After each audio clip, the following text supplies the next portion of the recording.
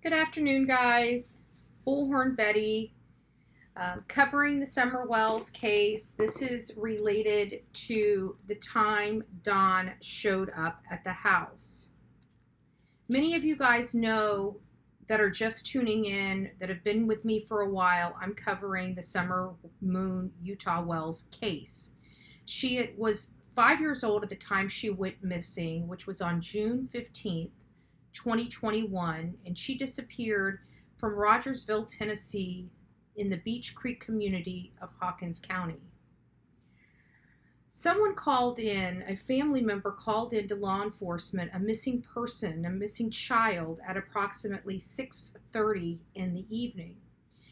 We've been trying to put the timeline together for quite some time. We've had a hard time putting all the things that Candace and Don stated that they did the day that Summer went missing together, and can't seem to ever get this timeline to add up to the total time in the day. One of the issues that has been raised throughout this last year is, was Don home at the time? If not, when did he arrive home? When did he arrive in conjunction to the time he got the call from Candace to the time that he stated he went to the shed at the bottom of their property? This has been called into question for some time. We were under the impression and were told by the Wells that they had realized that Summer Wells went missing around 6 to 6:30 that evening. However, the Hawkins County and TBI have stated numerous times that she disappeared the afternoon of June 15th, 2021, as opposed to the early evening or evening time. We didn't really hear a whole lot from Andy Bernard in this entire case. We've heard a lot from Jody Sue. We've found out that a lot from Jody Sue has been inaccurate.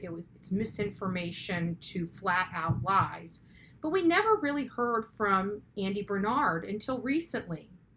And he was on his own channel speaking about the case with 3 other people, including Scott H., that comes to the Bullhorn Betty channel here and there, and just a nice guy. But what city did you work in?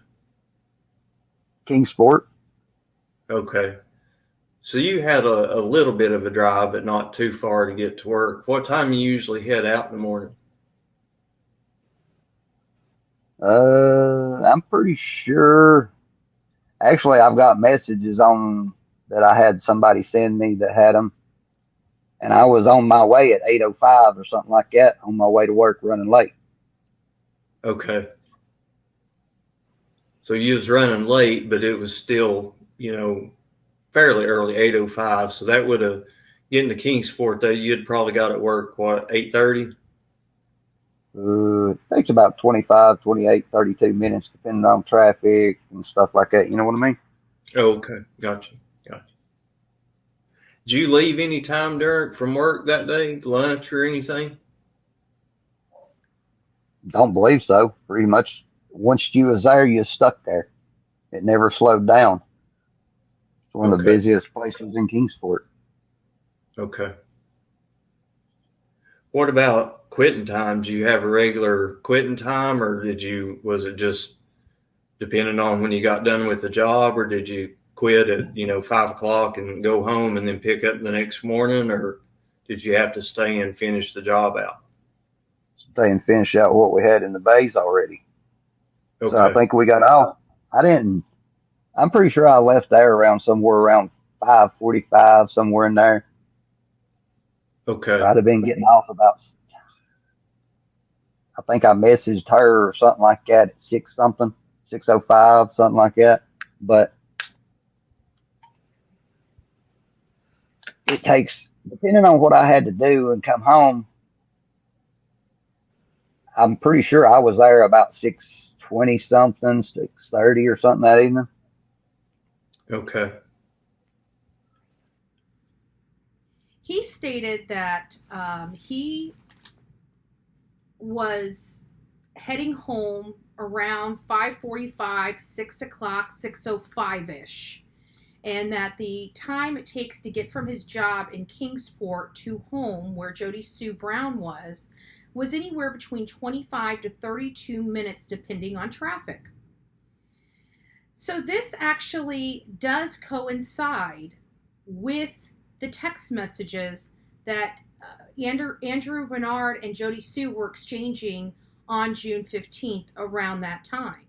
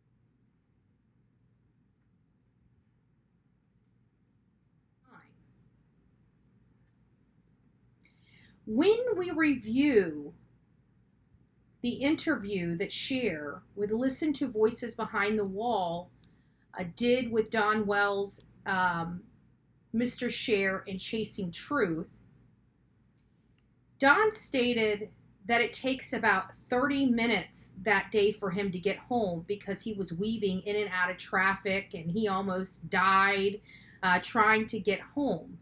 And that he was on Messenger for the entire half-hour drive home. I threw all my tools in the back of that Subaru, and as soon as I got in the car and started down the road, I called 911, and they transferred me to Hawkins County, I guess, and I told them what the situation, that our little girl's not there, and then after that I got back on Messenger and called her and talked to her through the whole trip. I think it was 30 minutes. I'm not sure, but like 30 minutes I was able to talk to her on Messenger all the way there. And she was in her mother's truck driving everywhere looking for her frantically around our house. So when I get there, I'm still on Messenger with her and she's still not found 30 minutes later. So I drove directly to the bottom property and down all the way down to the creek. And I see my three boys together down by the creek over on this side, and then on the left of me is my neighbor walking around, and my heart sunk right then and there, and I knew she was gone. I knew something happened. I knew something. So I drove back out of there and went to the top of the house, and there wasn't no police there yet. I don't believe. There might have been a car too. I just can't remember for sure because everything just happens. I don't know, but there might have been a cop or two there. I just cannot remember, but it seems like there might have been. But after that, all these trucks and trailers with four-wheelers and stuff started pouring in, and police, and they actually blocked or bottlenecked Beach Creek and Ben Hill Road. So people are then questioning why, when you got home at 6:30 or whatever time, so if you called 911 at about 6:29, were you already on your way home, or how long did it take you to get home after calling 911, do you think?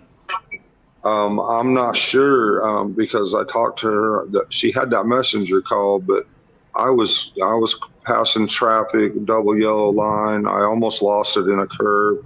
I was going as fast as I could possibly go. I was speeding like crazy. You know, I'm really not sure, but I know it's a 45-minute drive normally. So I don't, you know, I probably made it in 30, I'd say. The problem that we're having here is if he knew what time his daughter went missing when Candace called him, how in the world can he be to the property after only 2 officers show up? And how can he be back to the property prior to 6:30 in the evening when he was just apprised of his daughter missing just a few minutes before? So these are the questions that I have. These are the things that do not make sense to me. I'm interested in your feedback on this. What do you think happened? Do you believe Don Wells was at work when he received the call from Candace? If this has been informative, please don't forget to like, share, and subscribe to the Bullhorn Betty channel. Thank you so much, and God bless you. Justice for SummerWells, and justice for all victims of child abuse.